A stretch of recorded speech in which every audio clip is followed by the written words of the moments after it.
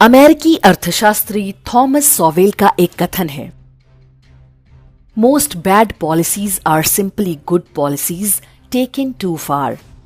अर्थात अधिकांश खराब नीतियां वास्तव में वो अच्छी नीतियां होती हैं जिन्हें एक सीमा से अधिक बनाए रखा गया।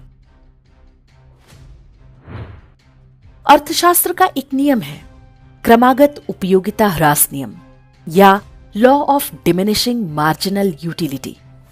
सरल शब्दों में इसे ऐसे समझ सकते हैं, जब आप दुकान पर एक समोसा खाते हैं तो बहुत आनंद आता है, पर जब आप एक के बाद दूसरा, तीसरा, चौथा समोसा खाने लगते हैं तो चौथे समोसे से उतना आनंद नहीं आता जितना पहले से आया होता है। और यदि आपने 12 या 20 समोसे खाने की शर्त लगा रखी हो तो आपको उसके बाद समोसे से चिढ़ हो जाएगी।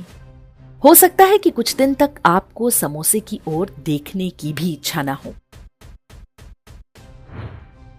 ये केवल अर्थशास्त्र का ही नियम नहीं है, ये जीवन का सामान्य नियम है। आप अच्छी से अच्छी वस्तु को उस सीमा पर ले जाकर छोड़ सकते हैं जहां वो बुरी लगने लगे। वामपंथ इसी नियम पर चलता है। किसी भी अच्छी चीज को खराब करने में वामपंथ की विशेषज्ञता सबसे बढ़कर है। उन्होंने जितने भी हथकंडे अपनाए हैं वो सभी अपने आप में बहुत अनुचित नहीं हैं। उदाहरण के लिए, कोई नहीं कह सकता कि स्त्रियों को समान अधिकार नहीं मिलने चाहिए। महिलाओं की स्थिति में सुधार की ढेरों संभावनाएं हैं।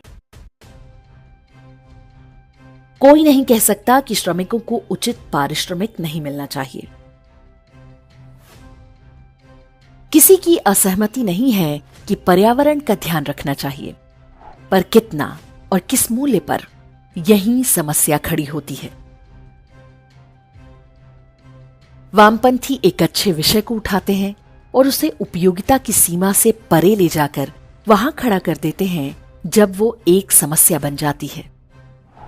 स्त्रियों के अधिकारों को वो परिवार की संरचना के विरुद्ध खड़ा कर देते हैं।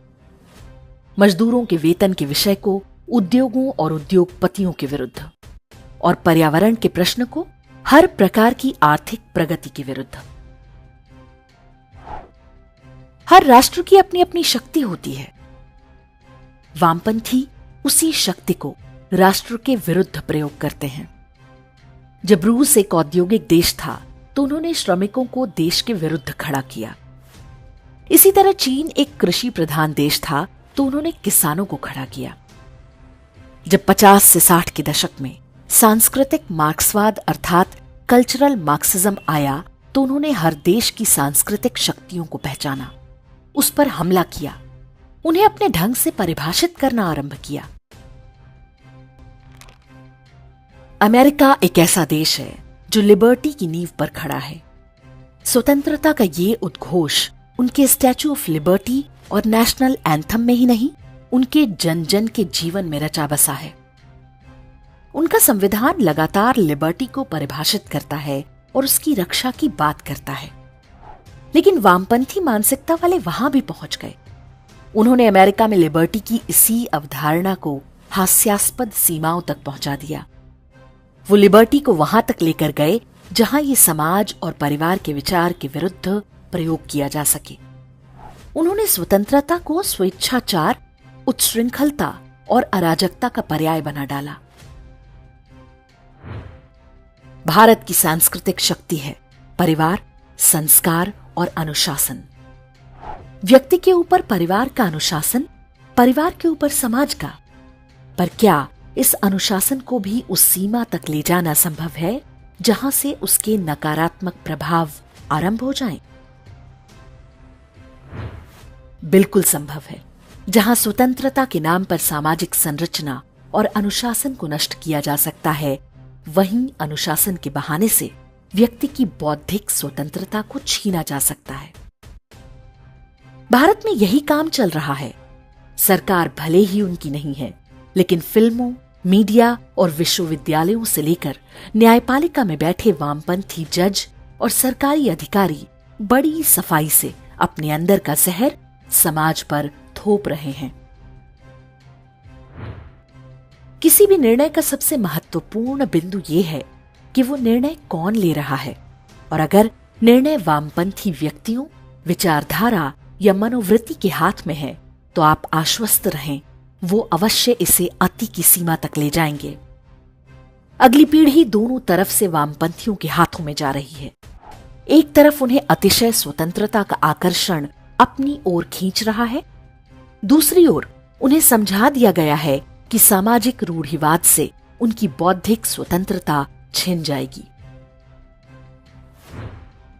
आज के समय में जहां वामपंथ रूढ़िवाद के विरोध के नाम पर युवाओं के बीच सांस्कृतिक मार्क्सवाद के रूप में स्वीकार्यता पा रहा है, वहीं उनका सबसे महत्वपूर्ण सहयोगी भी रूढ़िवादी ही है।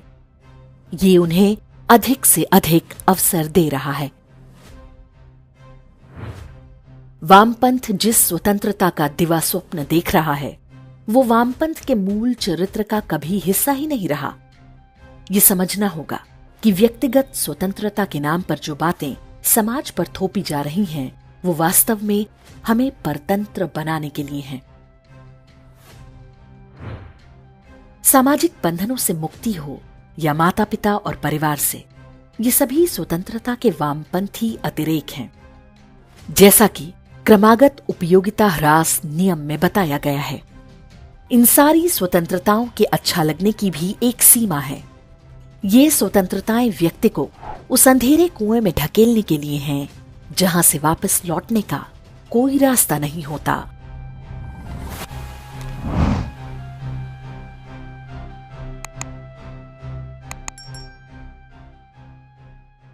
इंडेक्स ऑनलाइन के वीडियो समाज को समर्पित हैं। आप इनको डाउनलोड करके जैसे चाहे वैसे प्रयोग कर सकते हैं। चाहे तो आप हमारे टेलीग्राम चैनल से जुड़ सकते हैं, वहां सारे नए पुराने वीडियो आपको मिल जाएंगे। हमारे सोशल मीडिया लिंक हर वीडियो के डिस्क्रिप्शन में होते हैं। हमारा एकमात्र उद्देश्य हिंदू समाज को जागृत और एकजुट करना है। इसमें सहभागी बने। धन्यवाद।